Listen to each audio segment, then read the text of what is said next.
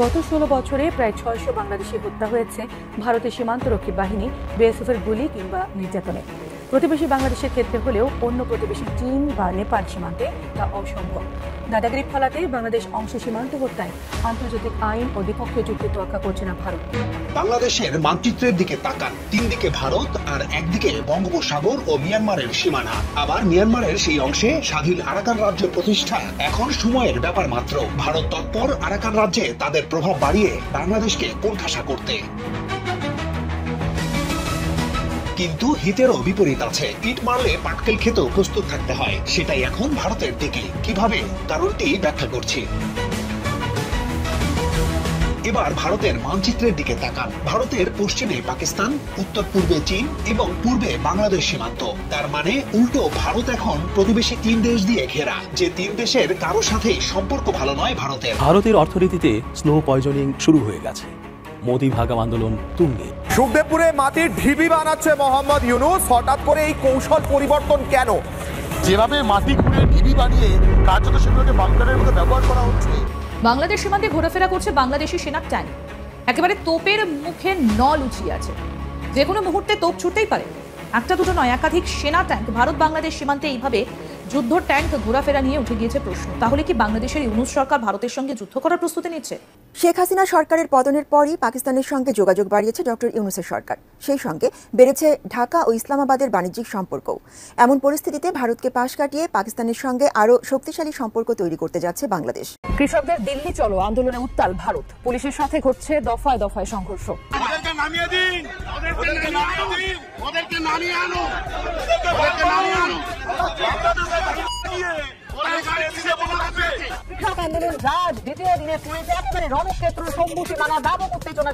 এইমাত্র পাওয়া গরম খবর, এবার তিন দিক থেকে ভারতকে ঘেরাও। বাংলাদেশ, পাকিস্তান আর চীনের নতুন সমীকরণ। ভারতকে উচিত শিক্ষা দিতে যে কোনো সময় একযোগে হামলা চালানোর হুঁশিয়ারি। দিশেহারা নরেন্দ্র মোদীর রাতের ঘুম হারাম, জানা গেল চাঞ্চল্যকর তথ্য। এদিকে মোদীকে হঠাতে ভারতের চাঞ্চল্যকর উদ্যোগ। কোনোভাবেই থামানো যাচ্ছে না ভারতের কৃষক আন্দোলন। এবার সীমান্তে ঘাটতারা ভারতীয় বিএসএফ এর ঘাড় মোটকে দিচ্ছে বিজিবি, কাছে পশ্চিম বাংলার মিডিয়া। আসসালামু আলাইকুম দর্শক, নতুন একটা নিউজে আপনাকে স্বাগতম। প্রিয় দর্শক, বাংলাদেশ ভারতের উত্তেজনাময় পরিস্থিতি নিয়ে করা আমাদের আজকের ভিডিওটি খুবই গুরুত্বপূর্ণ। ভিডিওটি শুরু থেকে শেষ পর্যন্ত ধৈর্য সহকারে দেখে একটি লাইক দিয়ে সবাইকে শেয়ার করে দিন। আমাদের চ্যানেলে নতুন হলে চ্যানেলটি সাবস্ক্রাইব করে পাশে থাকা বেল আইকনে ক্লিক করে রাখুন। আমাদের ভিডিওটি আপনি বাংলাদেশের কোন জেলায় বসে দেখছেন বা শুনছেন সেটি অবশ্যই কমেন্ট বক্সে কমেন্ট করে জানিয়ে দিতে ভুলবেন না। বাংলাদেশের মানচিত্রের দিকে তাকান, তিন দিকে ভারত আর একদিকে বঙ্গোপসাগর ও মিয়ানমারের সীমানা। আবার মিয়ানমারের সেই অংশে স্বাধীন আরাকান রাজ্য প্রতিষ্ঠা এখন সময়ের ব্যাপার মাত্র। ভারত তৎপর আরাকান রাজ্যে তাদের প্রভাব বাড়িয়ে বাংলাদেশকে কোণঠাসা করতে। কিন্তু হিতেরও বিপরীত আছে। ইট মারলে পাটকেল খেতেও প্রস্তুত থাকতে হয়, সেটাই এখন ভারতের দিকে। কিভাবে, কারণটি ব্যাখ্যা করছি। এবার ভারতের মানচিত্রের দিকে তাকান। ভারতের পশ্চিমে পাকিস্তান, উত্তর পূর্বে চীন এবং পূর্বে বাংলাদেশ সীমান্ত। তার মানে উল্টো ভারত এখন প্রতিবেশী তিন দেশ দিয়ে ঘেরা, যে তিন দেশের কারো সাথেই সম্পর্ক ভালো নয় ভারতের।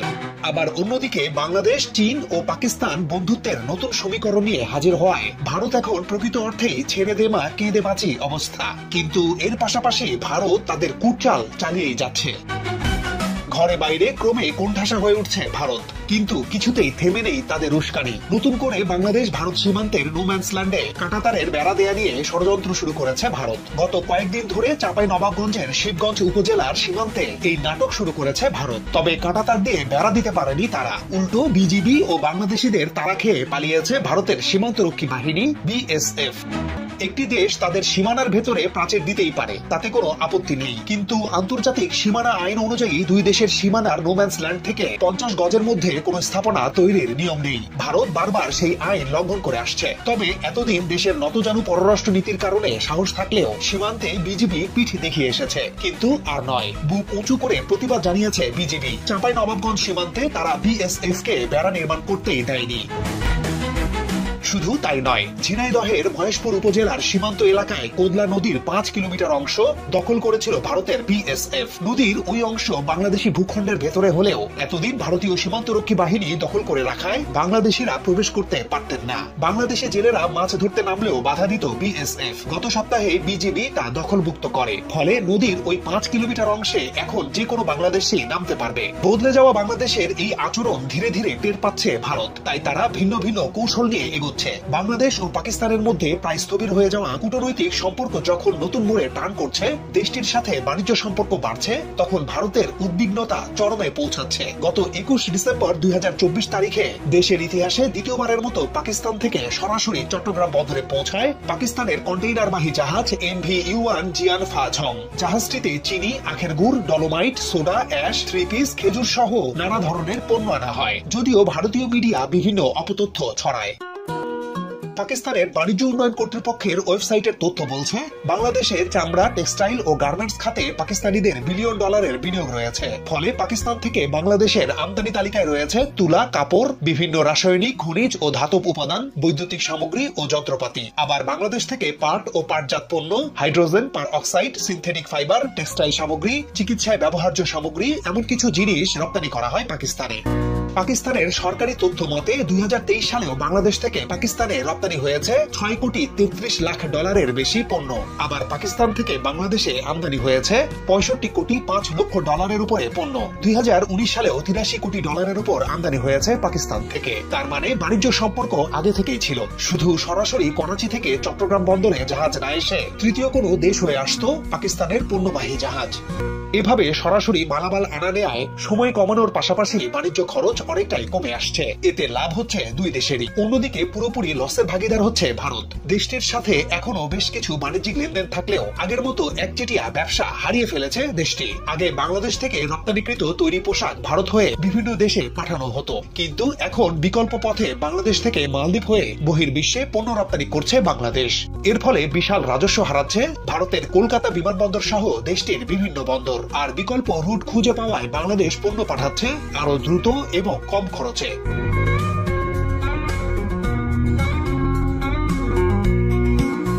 ভারতকে এড়িয়ে পণ্য রপ্তানি, ভারতের কাছ থেকে নিত্য পণ্য না কিনে বিকল্প বাজারের অনুসন্ধান, পাকিস্তানের সাথে সরাসরি বাণিজ্য বৃদ্ধি, চীনের সাথে অংশীদারিত্বপূর্ণ সম্পর্ক বজায় রাখা ইত্যাদি ভূ রাজনৈতিক ও অর্থনৈতিকভাবে ভারতকে ক্রমশ একঘরে করে তুলছে। আর তাই ভারত এখন বন্ধুত্বের জন্য হাত বাড়িয়েছে আফগানিস্তানের তালেবান সরকারের দিকে। পাকিস্তানকে অশান্ত করার ছক কষছে তারা। প্রায় 2 দশকের যুদ্ধের পর তালেবান 2021 সালে আফগানিস্তানে ক্ষমতা দখল করে। এর প্রায় 4 বছর পর গত 8 জানুয়ারি বুধবার এই প্রথম তালেবান সরকারের সবচেয়ে জ্যেষ্ঠ কর্মকর্তা ও দিল্লির শীর্ষ পর্যায়ের কোন কর্মকর্তার মধ্যে বৈঠক অনুষ্ঠিত হলো সংযুক্ত আরব আমিরাতের দুবাইয়ে। এ সময় আফগানিস্তান ভারতকে গুরুত্বপূর্ণ আঞ্চলিক ও অর্থনৈতিক অংশীদার হিসেবে দেখে বলে মন্তব্য করে তালেবান সরকারের ভারপ্রাপ্ত পররাষ্ট্রমন্ত্রী আমির খান মুত্তাকি। তিনি ভারতের পররাষ্ট্র সচিব বিক্রম মিস্ত্রির সাথে বৈঠক করেন। যদি সাম্প্রতিক পাকিস্তান ও আফগানিস্তানের মধ্যে উত্তেজনার দিকে লক্ষ্য করেন, তাহলে দেখবেন তালেবানের সাথে ভারতের এই সম্পর্ক উন্নয়নের পেছনে আছে পাকিস্তানকে অস্থির করার কৌশল। গত 24 ডিসেম্বর আফগানিস্তানের পূর্ব পাকতিকা প্রদেশে নিষিদ্ধ ঘোষিত সংগঠন তেহরিকি তালেবান পাকিস্তানের ক্যাম্পে পাকিস্তানের সামরিক বাহিনী বিমান হামলা চালায়। এরপর 28 ডিসেম্বর আফগানিস্তান ও পাকিস্তান সীমান্তে হামলা চালায়। এরপর থেকে গতকাল পর্যন্ত দুই দেশের সীমান্তে হতাহতের ঘটনা ঘটেছে। যেহেতু ভারত তার সীমানার 3 দিক দিয়ে ঘেরা, তাই তারা চাইছে আফগানিস্তানকে দিয়ে পাকিস্তানকে ঘিরতে। একদিকে ভারত আছে, অন্যদিকে আফগানিস্তান থাকলে পাকিস্তান কোণঠাসা থাকবে। পাকিস্তান আফগানিস্তান সীমান্ত ডুরান্ট লাইন বরাবর উত্তেজনা বাড়লে এটি পাকিস্তানের সামরিক এবং অর্থনৈতিক সম্পদের উপর চাপ সৃষ্টি করে। এই পরিস্থিতিতে ভারত তালেবানের সাথে সম্পর্ক উন্নয়নের মাধ্যমে কৌশলগত সুবিধা নেওয়ার চেষ্টা করছে। সীমান্তে উত্তেজনা বাড়লে পাকিস্তানকে চীন পাকিস্তান অর্থনৈতিক করিডোর CPEC-র মতো বড় প্রকল্পে মনোযোগ দিতে বাধাগ্রস্ত করবে, এটাই চাইছে ভারত। বাংলাদেশের সাথে একই গেম খেলতে চায় ভারত। বাংলাদেশকে চাপে রাখতে আরাকানের দিকেও কুটচাল অব্যাহত রেখেছে ভারত সরকার। আরাকান স্বাধীন হলে রাখাইনে বাংলাদেশ আরাকান সীমান্ত নতুন উত্তেজনার কেন্দ্রবিন্দুতে পরিণত হতে পারে। একদিকে রোহিঙ্গা সমস্যার সমাধান জটিল হয়ে উঠবে, কারণ আরাকান আর্মি এবং রাখাইন অঞ্চলের স্বাধীন সরকার হয়তো তাদের প্রত্যাবাসনে চাপে পড়বে না। ভারত কৌশলগতভাবে আরাকানের স্বাধীন সরকারের সাথে সম্পর্ক স্থাপন করে সেখানে প্রভাব বিস্তার করতে পারে, যা বাংলাদেশের জন্য একটি নতুন চ্যালেঞ্জ তৈরি করবে। ভারতের উত্তর পূর্বাঞ্চলের বিদ্রোহী গোষ্ঠীগুলো আরাকানের স্বাধীনতার মাধ্যমে নতুন মিত্র বা আশ্রয় পেতে পারে। যা হোক, আরাকান নিয়ে ভারত যে নতুন ছক কষছে তার একটি প্রমাণ পাওয়া যায় মিয়ানমারের স্বাধীনতা দিবস উপলক্ষে ভারতের নীরবতায়। গত 4 জানুয়ারি ছিল মিয়ানমারের স্বাধীনতা দিবস। দিবসটি উপলক্ষে ভারত প্রতি বছর মিয়ানমার সরকারকে শুভেচ্ছা জানালেও এবার জানায়নি, যদিও মিয়ানমারের জাতীয় সরকারকে বাংলাদেশ ও রাশিয়া শুভেচ্ছা জানিয়েছে। এটি একটি বার্তা, ভারত সরকার মিয়ানমার সরকারকে শুভেচ্ছা না জানানোর মধ্য দিয়ে রাখাইনে আরাকানদেরকে খুশি করার চেষ্টা করছে বলে মনে করেন অনেক বিশ্লেষক। চীনও এবার মিয়ানমারকে শুভেচ্ছা জানায়নি, যদিও তাদের বিষয়টি একেবারে আলাদা, কারণ চীন মিয়ানমারের জান্তা সরকার ও আরাকান আর্মি উভয়ের সাথেই সম্পর্ক ঘনিষ্ঠ করে চলেছে। এটা সবার কাছে পরিষ্কার, কিন্তু ভারত এদের সবকিছুই গোপনে গোপনে।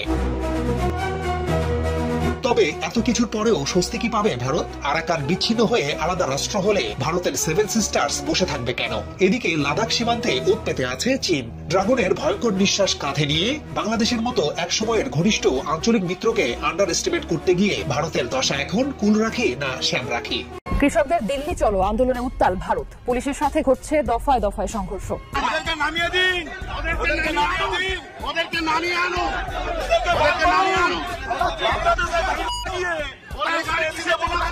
কৃষক আন্দোলন রাজ দ্বিতীয় দিনে পুলিশে একেবারে রণক্ষেত্র সম্মুখী নানা ব্যাপক উত্তেজনা সেখানে। বন্ধুরা, ভারতে কোনোভাবেই থামানো যাচ্ছে না কৃষক আন্দোলন। ভারতে কৃষকদের আন্দোলনের কারণে এখন তাদের অর্থনৈতিক চাপের মুখে পড়েছে। মোদী প্রশাসন এখন ব্যাপক চাপের মুখে রয়েছে। এখন ভারত চাচ্ছে বাংলাদেশকে পণ্য বিক্রি করতে। এখন ময়ূখ রঞ্জনও বলছে দয়া করে আপনারা ভারতের পণ্য কিনুন। বন্ধুরা, একেই বলে ঠেলার নাম বাবাজি। দেশের মানুষ জেলে গেছে মোদী দাদু চিটিংবাজ।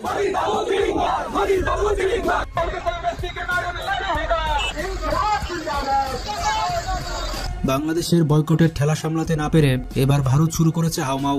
ভারত বাংলাদেশকে মিথ্যা ভয় দেখিয়ে যে শিক্ষা দিতে চেয়েছিল, এখন উল্টো তারাই শিক্ষা পেয়ে গেছে। নাকে খড় দিয়ে তারা এখন বাংলাদেশিদের ডাকছে, কারণ বাংলাদেশি পর্যটকদের জন্যই কলকাতার মার্কেটগুলো গড়ে উঠেছিল। এই যে আমরা বাংলাদেশ, পাকিস্তান, ভারত একটা দলবদ্ধ হয়ে আমরা এই যে কাজটা করছি, এটা খুবই খারাপ কাজ করছি।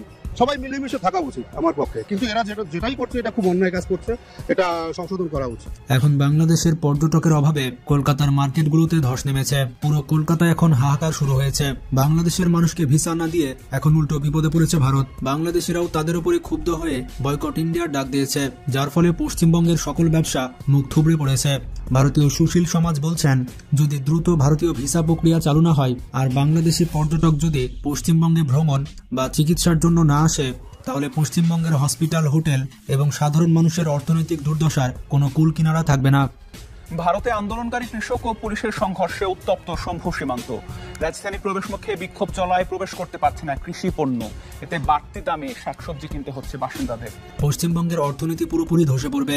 এছাড়া সম্প্রতি বাংলাদেশ চীন এবং পাকিস্তানের সাথে সম্পর্ক বৃদ্ধি করেছে এবং বাণিজ্য বৃদ্ধি করেছে। জুলাই অভ্যুত্থানে দেশের রাজনৈতিক পট পরিবর্তনের পরে ভারতের সাথে বাণিজ্যিক সম্পর্কের অবনতি হলেও পাকিস্তানের সাথে আকস্মিকভাবে বেড়েছে পণ্য আমদানি রপ্তানি।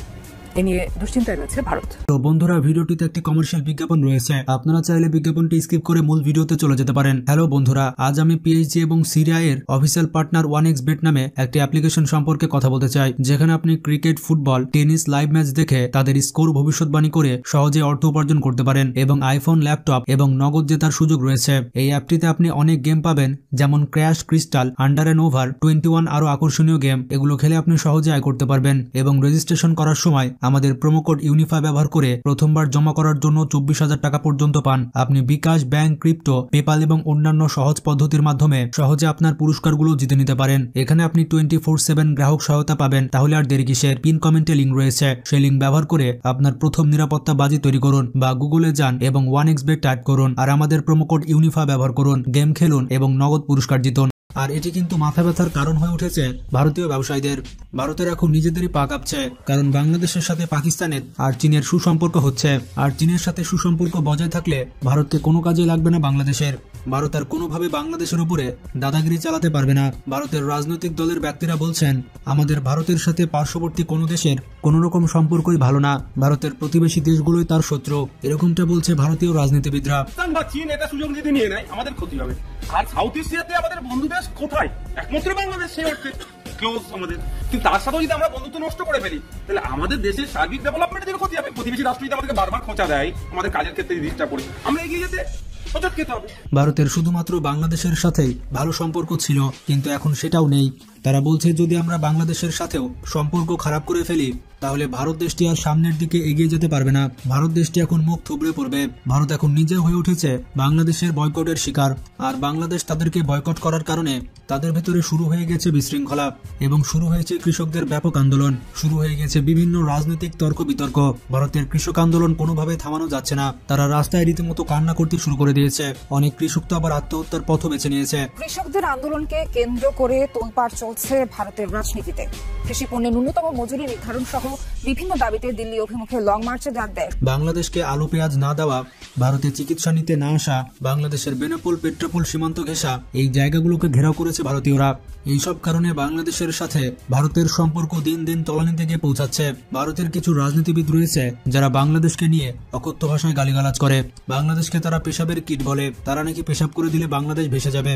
তাছাড়া 2টা রাফাল যুদ্ধবিমান পাঠালে বাংলাদেশ নাকি প্যান্টে হিসু করে দিবে। এগুলো করছে পশ্চিমবঙ্গের কিছু গদি মিডিয়া এবং বিজেপির কিছু রাজনৈতিক নেতারা। প্রতিবেশী দেশগুলোর সঙ্গে সম্পর্কের অবনতি, রাজনৈতিক অস্থিরতা ও অর্থনৈতিক সংকট ভারতের জন্য এক বড় চ্যালেঞ্জ হয়ে উঠেছে। এই পরিস্থিতিতে দেশব্যাপী দেশ বাঁচাও আন্দোলন তীব্র হয়ে উঠছে। এখন এই পরিস্থিতিতে ভারত কি পদক্ষেপ নিচ্ছে সেটাই দেখার বিষয়। এদিকে সীমান্তে বেড়া নির্মাণ স্থগিত করল ভারত। বাংলাদেশ ভারত সীমান্তে কাঁটাতারে বেড়া নির্মাণ স্থগিত করেছে ভারত। সীমান্ত উত্তেজনা কমাতে এমন সিদ্ধান্ত নেওয়া হয়েছে বলে শুক্রবার বিএসএফ এই কথা জানিয়েছে। টাইমস অফ ইন্ডিয়া জানিয়েছে, গত সোমবার পশ্চিমবঙ্গের মালদার বৈষ্ণবনগরে বেড়া নির্মাণের চেষ্টা করা হলে বাংলাদেশের সীমান্তরক্ষী বাহিনী বিজিবি তাতে বাধা দেয়। এরপর মঙ্গলবার আবারও চেষ্টা করা হলে বিজিবি পুনরায় বাধা দেয়। এরপর পতাকা বৈঠকের মাধ্যমে সমঝোতা করে নির্মাণ কাজ বন্ধ করা হয়। এরপর আর এই কাজ শুরু করা হয়নি। বিএসএফ এর একজন সিনিয়র কর্মকর্তা জানিয়েছেন, যেহেতু বেড়া নির্মাণ জরুরি নয় তাই অপ্রয়োজনীয় উত্তেজনা এড়াতে এই কাজ বন্ধ রাখা হয়েছে, তবে দ্রুতই আবার শুরু হবে। এ সময় তিনি নতুনভাবে বেড়া নির্মাণ কবে নাগাদ হতে পারে তা উল্লেখ করেননি। এদিকে আওয়ামী লীগ নির্বাচন করতে পারবে কিনা সময় বলে দেবে, মন্তব্য সিইসির। প্রধান নির্বাচন কমিশনার সিইসি এম নাসির উদ্দিন বলেছেন, স্থানীয় সরকার নির্বাচন নিয়ে কোনো মন্তব্য করতে চাই না। অনেকে একদিনে নির্বাচন দেওয়ার পরামর্শ দিয়েছেন, তবে একদিনে সব নির্বাচন করা কোনোভাবেই সম্ভব না। শনিবার সকালে ভোটার তালিকা হালনাগাদ ও ত্রয়োদশ জাতীয় সংসদ নির্বাচন উপলক্ষে মতবিনিময় সভায় সাংবাদিকদের প্রশ্নের জবাবে এসব কথা বলেন সিইসি বলেন, আগামী জাতীয় নির্বাচন ইভিএম এর মাধ্যমে হবে না। প্রধান উপদেষ্টার দেওয়া সময় অনুযায়ী নির্বাচন করার জন্য কাজ করছে ইসি, যা সুনির্দিষ্ট নীতিমালার মধ্য দিয়ে হবে। সিইসি আরো বলেন, সময় আসলে দেখা যাবে কোন কোন দলের নিবন্ধন থাকে। আওয়ামী লীগ নির্বাচনে অংশ নিতে পারবে কিনা সময় আসলে দেখা যাবে। এবার নির্বাচনে প্রবাসীরা অংশ নিতে পারবেন, সেজন্য কাজ করছে ইসি।